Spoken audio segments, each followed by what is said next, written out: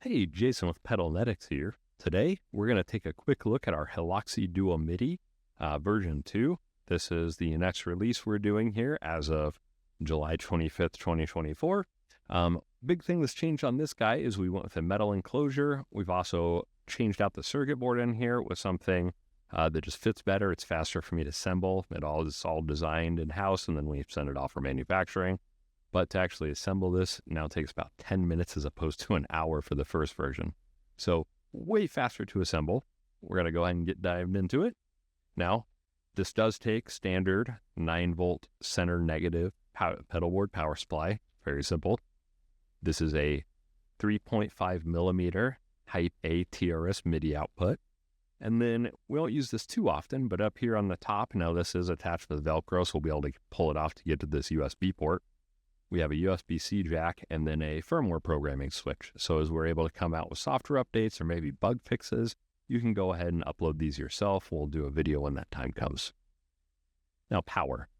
If you're already powering your HX Stomp, we actually decided to come out with this fun little power split cable. Now, we actually had this manufactured. You can see these are injection molded. It's a very nice cable. And what it does is it takes the HX Stomp's center negative 2.5 millimeter adapter supply and then gives us a nice short pigtail to power our HX Stomp with.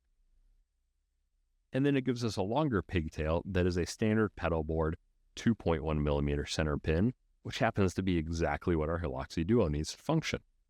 So this cable, we've tested it multiple times, a couple different venues. We haven't had any issue with signal bleed. I know some people are worried about sharing power.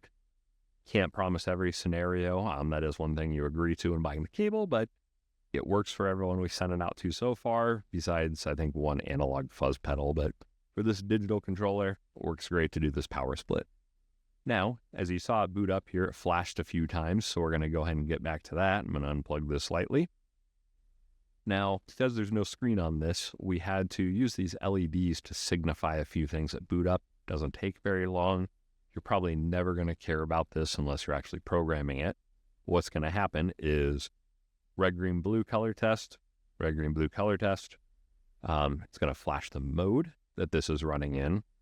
It's going to tell us that double press mode is enabled with a green light, and then white on this one is telling us it's in tuner mode. So when you double press these switches, going to activate the tuner. The mode right before that was the mode the switch is in, so red and blue for preset down, preset up.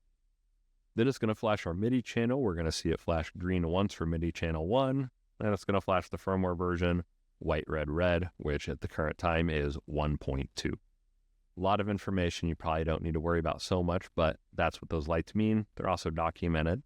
So we're going to go ahead and power this thing up, and you're going to see that flash. Now, this is the default mode this comes configured in.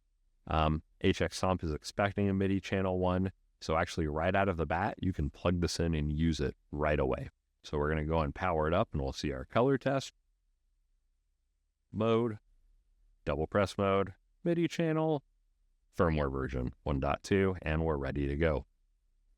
Now, like I said, this takes a standard Type A 3.5 millimeter TRS to a 5-pin adapter.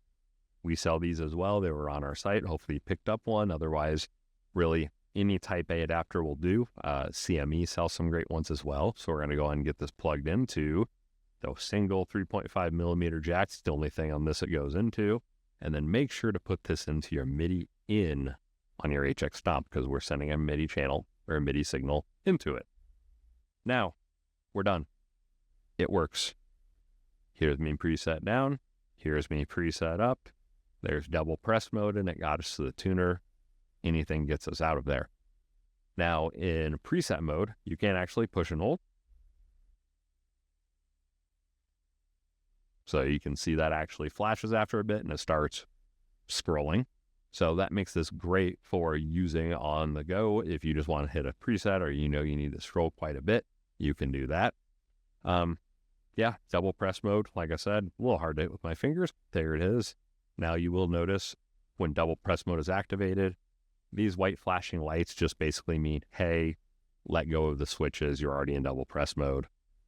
Any of those presses will get you out of there again, and that's it. Now, if you do want to change the actual settings on this, you'll be able to do it during the boot up by holding a couple of these switches. Check a little bit further down in our videos. We're actually going to split those out to their own demonstration videos, and reach out if you have any questions.